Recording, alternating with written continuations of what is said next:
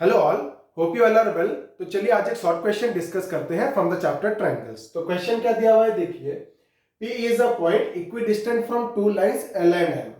P एक point है जो कि इक्विडिस्टेंट है दो लाइन से L और M से, ठीक है। P L से भी इक्विडिस्टेंट है, P M से भी इक्विडिस्टेंट है। इक्विडिस्टेंट मतलब क्या हो गया कि जब भी आप L से P की डिस्टेंस निकालोगे तो वो क्या हो जाएगा, इक्वल डिस्टेंस में रहेगा। ओके, उसके बाद बोल रहा है कि जो दो लाइन है L और M, वो क्या कर रहे हैं, intersecting at point A. They are intersecting at the point A. L line and M line are intersecting at point A.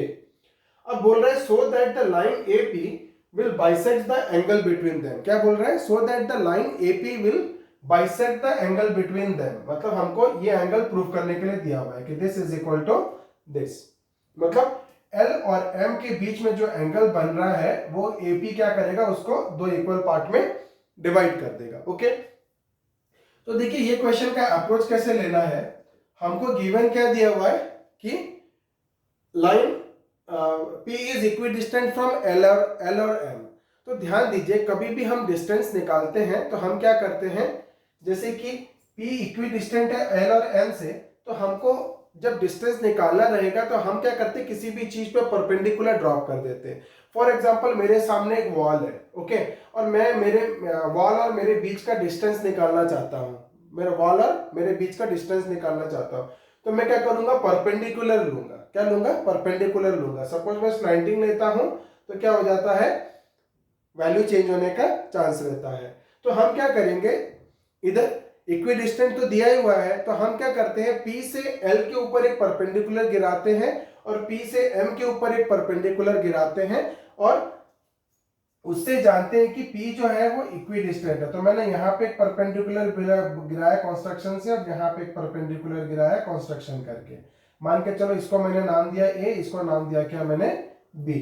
Okay, तो गिवन क्या दिया था मेरे को, P is equidistant from L और M। P is equidistant from L और M। तो हम क्या करेंगे, लिखेंगे P is equidistant, P is equidistant from lines L and M।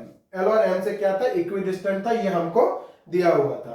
तो हम क्या करेंगे, हमको बोला है टू शो क्या बोला है, so that the line AP bisect the angle between them. Okay, तो मेरे को शो क्या करना है, angle 1 is equal to angle 2 मेरे को बराबर प्रूफ करना है। Angle 1 is equal to angle 2 मेरे को बराबर प्रूफ करना है। तो मैं क्या कर रहा हूं, angle 1 is equal to angle 2 we have to proof. Okay, या वी हैव टू शो। अब हम चलते हैं कंस्ट्रक्शन में। हमने कंस्ट्रक्शन क्या किया, draw PA perpendicular to L and PB perpendicular to M। हमने PA परपेंडिकुलर ड्रॉप किया किस पे, L पे, और PB परपेंडिकुलर ड्रॉप किया किस पे, M पे। अब हम लोग चलते हैं सॉल्यूशन में। तो देखिए, इन ट्रायंगल अच्छा इधर A ऑलरेडी यूज था, तो हम क्या ले सकते हैं, इधर मान के चलिए C। तो draw PC perpendicular to L, draw PC perpendicular to L and PB perpendicular to M। ठीक है, अब क्या कर देंगे, सॉल्यूशन में हमको क्या करना है, इन ट्रायंगल APC या ACP, in triangle ACP and triangle ABP and triangle ABP। क्या हो रहा है, देखिए हमको इसमें हमको दिया हुआ है क्या, PC is equal to PB because they are equidistant. एक साइड मिल गया 90 डिग्री मिल गया, और उसका हाइपोटेन्यूज भी मिल गया। तो हमको यहाँ पर क्या मिल रहा है, जो 90 डिग्री वाला रहता है उसमें हम लोग क्या अप्लाई करते हैं, RHS कॉन्ग्रुएंसी। तो राइट एंगल मिल गया, ऑपोजिट वाला क्या बन गया, हाइपोटेन्यूज। राइट एंगल मिल गया, ऑपोजिट वाला क्या हो गया, हाइपोटेन्यूज, और एक साइड बराबर है, तो दोनों ट्रायंगल क्या हो जाएंगे, कॉन्ग्रुएंट हो जाएंगे। तो CPCT में क्या हो जाएगा, angle 1 is equal to angle 2। तो क्या हो गया, देखिए angle PCA is equal to angle PBA is equal to angle PBA is equal to 90 degree. क्यों, बाय कंस्ट्रक्शन हमने क्या किया था, कंस्ट्रक्शन किया था। R हो गया H, AP is equal to AP common, AP is equal to AP, ये क्या हो गया, कॉमन साइड। ये क्या हो गया, कॉमन साइड, एंड देन हमको मिल गया PC is equal to PB, PC is equal to PB, क्यों, because P is equidistant from L and M, P is equidistant, P is equidistant from L and M, okay. Therefore क्या हो गया, देखिए triangle ACP is congruent to triangle क्या हो गया ABP, किस theorem से, RHS कॉन्ग्रुएंसी से क्या हो गया, कॉन्ग्रुएंट हो गया।